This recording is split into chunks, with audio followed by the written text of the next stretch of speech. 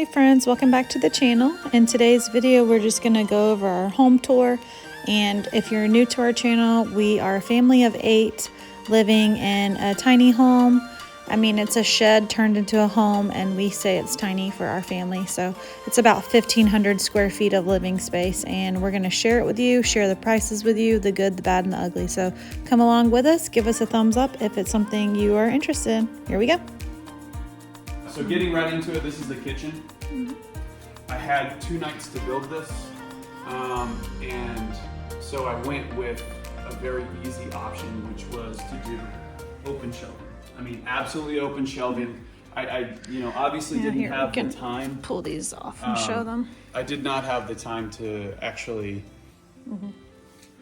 build and fabricate doors and so forth, and then do upper cabinets. Although I think even if we did have all of the time in the world, obviously the same budget, because we wanted to come in as cheap as possible, but not like have things look cheap and inexpensive. Obviously this is not your highest end everything, but it's also something that I think many people in the United States would be very happy to live in. And that was kind of what we were going for. So these are actually 2x6s.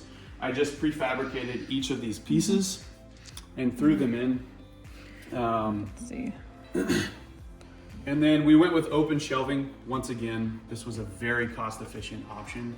Top of a china cabinet, we were able to reuse that. I just, did a little stylized cut at the bottom here, and then mounted it to the wall. And it went with that whole farmhouse aesthetic.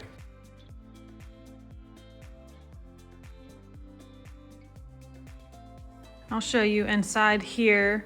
He measured these basically to fit my appliances.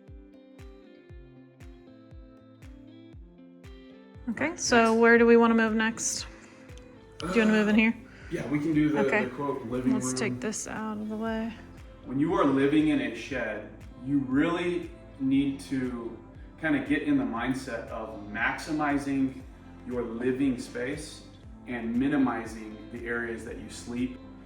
But one of the things that we really like about this shed to home is you have really high ceilings, typically. And so that, when you have high ceilings paired with an, quote, open floor plan, it really lends itself well to not feeling like you are living on top of one another. And if you're new to the channel, right, myself and Lindsay, we have 6 kids, and in March we're going to have another one, so 7 kids. So we are, living on top of each other, and so we had to get really creative as to how we were going to do that. Yeah, so originally we were thinking of a million different ways that we could do the staircase. And we had already done stairs down and over this way. So we had stairs kind of going in an L shape, a 90-degree angle. Unfortunately, the stairs came out to about here, and we realized it's not gonna cut it. Like, we don't wanna build our house around a staircase. Yeah. We wanted to, build a staircase around our house and kind of get creative. But we already had this runner here, and this was not easy to do. And there were some infrastructure type things to get that to work that we didn't want to regress on. So we didn't want to rip all that out and start fresh. And so what we did was we built stairs that, kind of curve in and back. And so instead of your typical 90, these are 180-degree stairs. Originally, we wanted to do either a detachable ladder and have the kids utilize that to get into their room. Like a very secure ladder, not like one you see on the double bunk beds. But we wanted to do something like that. Or the other thing that we potentially wanted to do was start the stairs here, right? Have very narrow, tasteful stairs. They would go up and then over into the kids' room. There likely would have been a little bit more ducking that would have needed to go on. Because I am 6 foot even barefoot, and I only need to start really ducking when I'm right here. As you can see, I just hit my head. And so these are very easy to go up and down once you get used to this, kind of unorthodox turn right there. Yeah, these are, what are these called? These are, I can't even remember. I don't know. We'll look it up. Yeah. But this came in a kit. They're really I got solid. 250 feet of this wire because we ended up using some of this on a completely different project. But I got about 250 feet of this wire and then a bunch of these pieces that you crimp. So you stretch the wire out, you drill these in, and then you crimp them, and so it stays. And I mean, they hold tension. You don't want to like disrupt your sight lines and stuff. The more open the space is in a space this small, so that's something we haven't covered yet. This house, and these are going to be exterior dimensions. So for those of you that aren't fully aware of how a shed to home is built, so a shed, everybody understands what that is, or a barn or whatever. But you are now, so you have that original structure. You're then building a home within a home. Right, so you have that structure, and then you're framing up a home within that home.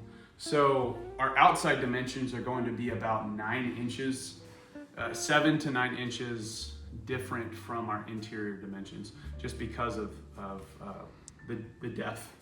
Right, you've got all the framing of the original wall, and then your interior wall that you're building.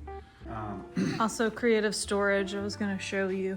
Yeah, there's little cubbies. There's little cubbies in here, some underneath the stairs, all under the stairs. There's all kind of kid stuff under there now, but the kids like to play under there and we store extra diapers and extra wipes under there, our treadmill. So yeah, behind that curtain is a ton of just storage space. So it's not cleaned up because the kids just throw all their stuff back there. But it's a pretty decent space. Yeah, and you could make it a little reading nook if you wanted. 4 to 8, like our older kids, you're loving it. Like it's a little and we have these buckets here because the twins, we're blocking our twins. Yeah, try to go up the stairs when they're down here. So, and then this is the back door. Not that we really use it that much. Now, getting into this side of the house, we come around here, Lindsay. Because we wanted, like I said earlier, we wanted to over-engineer this platform here so that there was no possible chance that our kids were going to fall through, or if we're bringing furniture up and down, whatever. So we were able to kind of refactor this open area into a little bit of a pantry, and that's what we're using it for. I mean, it's very, very small. It's a small area, but once again, you just make the best most with what you out have. Of these little nooks that you can. And then the storage up there too. Yeah, we've got storage up there, but we'll go into the bathroom, talk about that for a second. What you'll immediately notice is, boom, you've got actually a decent amount of headspace in the bathroom. And that was something, while we could have come down a little bit, and in retrospect, I would have actually liked to come down a bit more.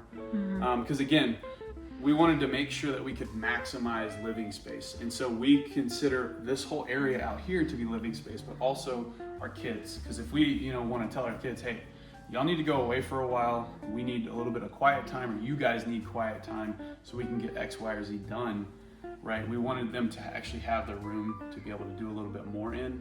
And unfortunately, Maylee, who has sprouted up like a weed, our 8-year-old, she is now at the point to where her head touches at the highest point in her room.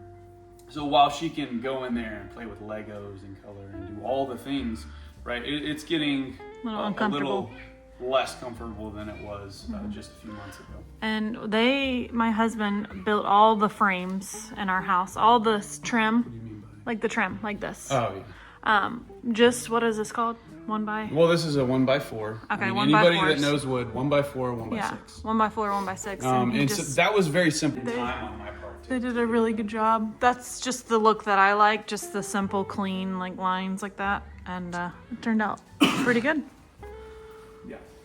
Yeah, and so because this ceiling here, like I'm just touching at my furthest point. This ceiling here is pushed up a little bit higher just to give us more headspace in the bathroom. Instead of adding that upstairs real estate to the kids' room, what we've done is we've created storage area, and then doing all of our venting for our plumbing right up here as well. One thing, as Lindsay has panned around the whole house, you'll notice there's a lot of shelves on walls. There's a lot of wall space being utilized. If you're not into as much clutter, that's one thing, right? But we have a lot of books, we have a lot of kids stuff. Lindsay is all of our children's teacher, and so we've got a lot of homeschooling material, among other things, reference material, books that I like reading, she likes reading, the kids like reading, and so we needed a place for those. We didn't want to do traditional shelving that's going to take up floor space, and so having them on the walls, it goes kind of with the overall aesthetic. Storage and right then, there too. Yeah, so that's something you'll notice throughout the home as well. Okay, getting into the bathroom. The bathroom was definitely not inexpensive, but I think that's probably mostly understood by people. Tile is really expensive. Hindsight, we would have done this flooring in the bathroom as well. We would have continued the living room flooring into the bathroom. Yeah. We didn't. It would have been much cheaper to do that. Yeah. Because tile, especially at the time, it was relatively expensive. The amount of kids we have, we wish we would have gone with a tub. Yeah. Because you want to be able to give your kids an area, especially when a lot of their time is spent outside, somewhere to really deep clean, and you don't get that with a stand-up shower. Okay. All right, so going straight out of the very much shared bathroom. There's only one bathroom in the house. To this area. So we are right at 33.5 by 50. So that's the size of the home.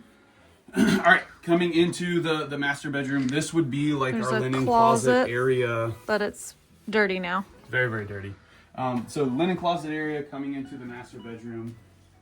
Master bedroom, frankly, too big. It's too big because, like I was saying earlier, we definitely wanted to maximize living space and not sleeping space.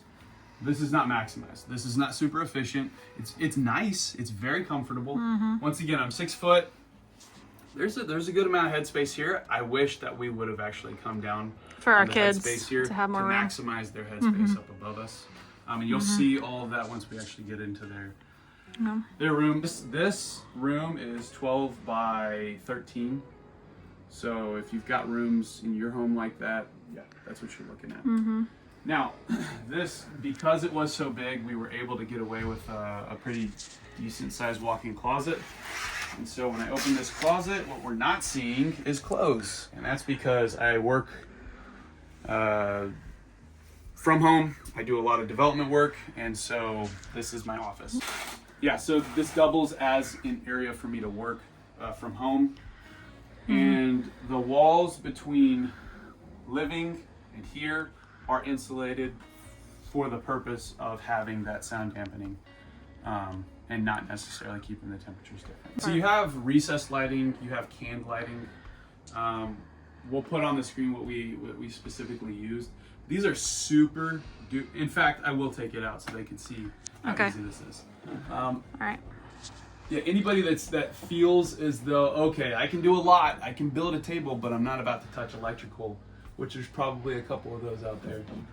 I'm not an electrician either, but this was very, very basic. So this is your light, right? It's got these tensioning rods that keep it up into the drywall. This box is where all the magic happens. Yep. So this is your main line comes into here. It's very, very simple to wire. A couple of wire nuts, you're good to go. Just make sure your breakers are off. It's that simple.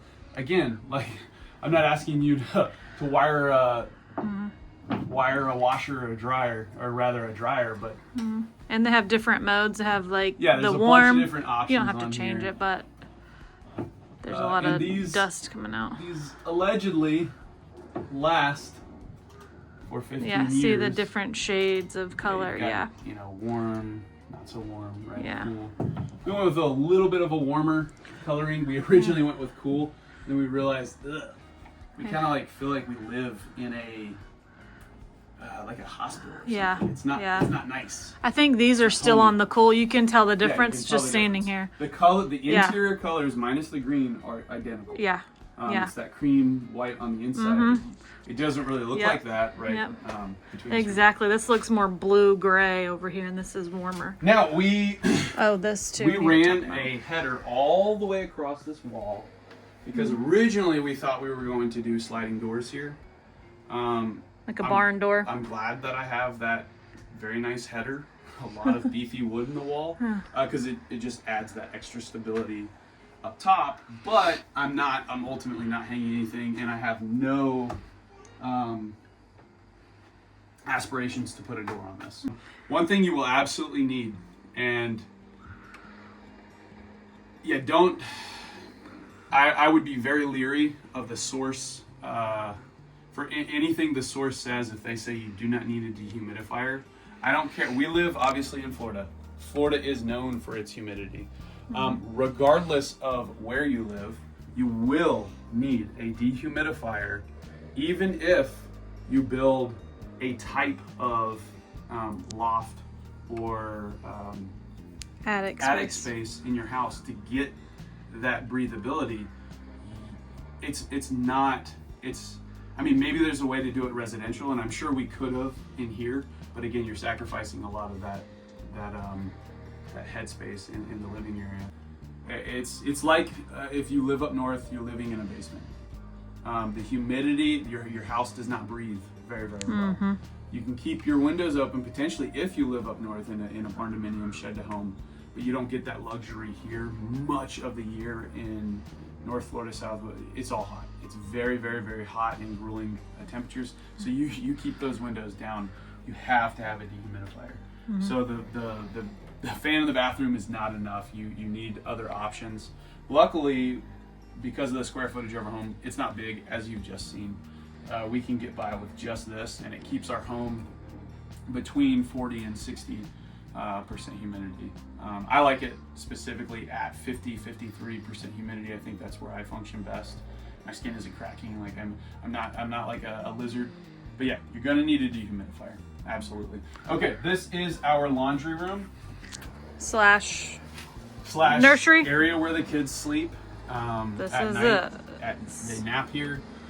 If we don't feel like our kids will be safe by sleeping upstairs, this is kind of the spot that we kind of plop them until they're ready to go upstairs. And we have twins. Our 2-year-old, on her second birthday, she moved upstairs to sleep, to live. Her clothes, right? All of those types of things are up there. And yeah, so our twins sleep in here. It doubles as a washer dryer room. Obviously, you have to get very fancy with your storage. Yeah. So once again, this is no like specific aesthetic. This is just what how we we absolutely need at a minimum to be able to accommodate all of the kids' clothing. Now, heating and air. I don't think there's another option that is cost efficient and just efficient in general, easy for you, the viewer, to install if you were to do that, than splitters. Splitter systems, we've got one in our living area, and it keeps not only this room cool, that room cool, not that we care, but the bathroom cool, my little office cool. We've got one of these smaller units that are on the same exterior unit upstairs in the kids' room, and for reference, their room is 17 by 25, so it's really, really big. But that is cut up a little bit weird, and you'll see that in obvious. It tapers off at the ends because of the ceiling, but it's a pretty big area. This does a really good job of keeping it cool. Outside in the living room, so this is a much larger splitter out here. This keeps this entire area cool. Once again, we live in a very, very hot state, and this keeps it all cool. One thing that we did, and this was very relatively expensive, was doing spray insulation. So you get a very decent R rating when you use, we did 3.5 to 4 inch spray insulation. And that does affect the breathability of the home because foam doesn't tend to breathe as does a lot of the other synthetic insulators. These two big fans by themselves, we had an issue with our AC unit at one point, so it was down for 2 weeks. This was during peak summer. These two fans... It was a month. It was a month? Yeah. Okay, well, regardless, it was down for a while. We still had the two splitters over there, that's a different thing. But anyways, these two fans kept this livable. Yeah. And not nice, right? Because hot air blowing in your face, right? It feels like a little bit of a blow dryer, but these fans kept everything circulated. It was actually, when you weren't, if you didn't have to move, it was fine. Now this is upstairs. There's a little landing here that my kids play on. And then this is the kids' loft area. It's still unpainted. We haven't finished up here. It's kind of hard to paint up here because there's always kids up here playing. But this is it. I'm just going to pan around and show you. All the girls sleep over here on this little futon mattress. And then my son sleeps over on the mattress over here. And then they have their toys and then a few clothing items. And that is it. You can see I'm on my knees, you will hit your head if you're up here. My daughter is already touching the top of it with her head when she stands up. So I think it's like 5-something feet tall. I don't know the exact measurements, but this is it up here for the kids. They like it. It's like a little cave that they get to play in, and they mostly play outside during the day. So this is it for the kiddos loft. This is the original shed window. The one in our bedroom is an original shed window. See how small it is? I did not think that these windows were going to hold up as good as they have.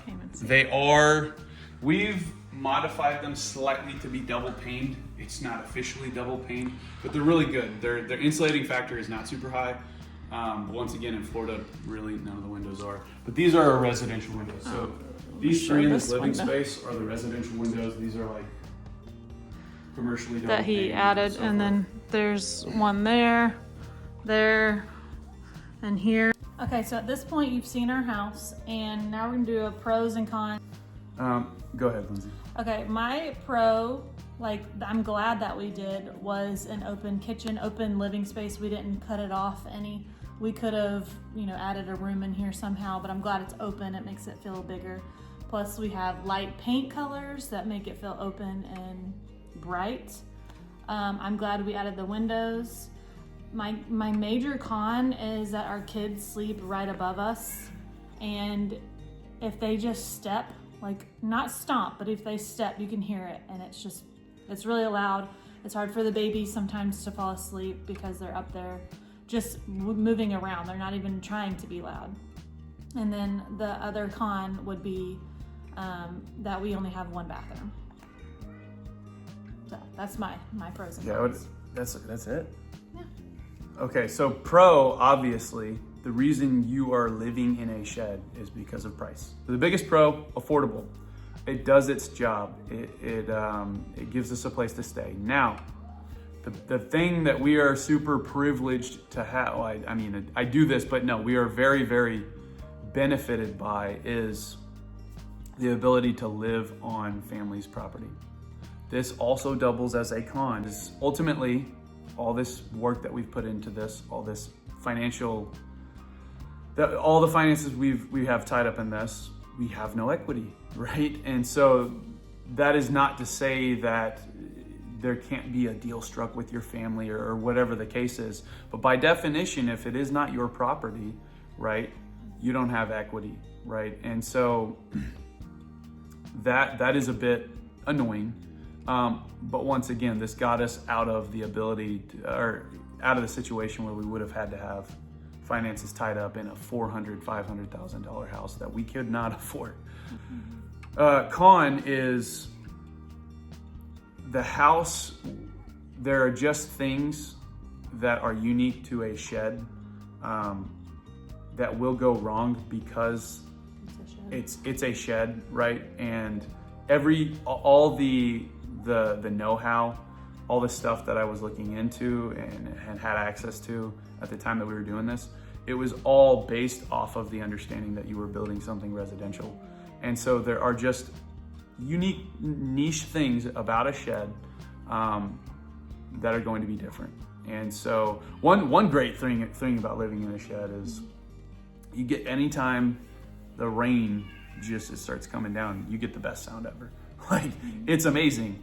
But then exterior sounds are typically much louder. Like if I'm mowing anywhere near the house, like, you're living in a tin you can.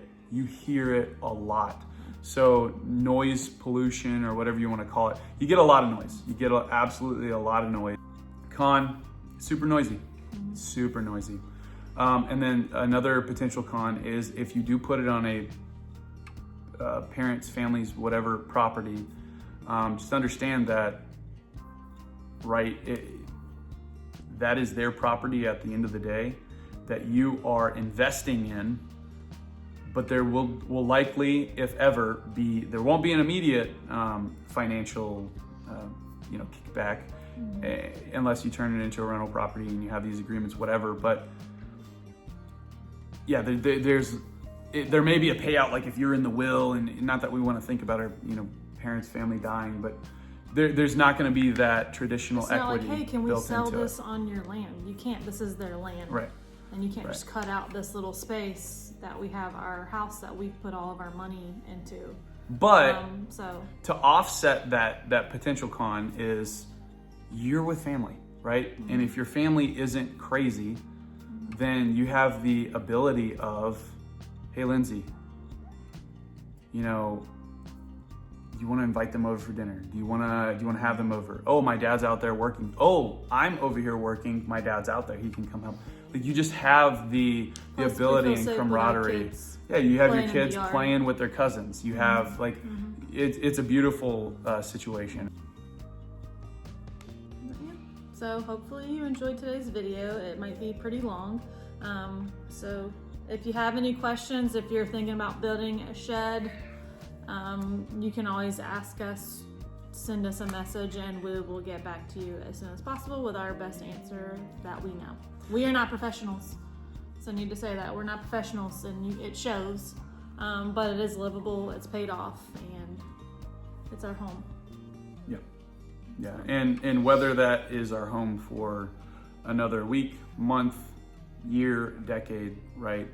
Regardless of how long we're here, this has been a real huge blessing, something that we would, for many reasons, do again. And just on a bigger scale. Yeah, we would definitely change things. Like we would cut costs where we know we can, and then we would pump way more money into things, just because we have the experience under the belt now. But yeah. Well, thank you guys so much for sticking around. We'll see you in the next one.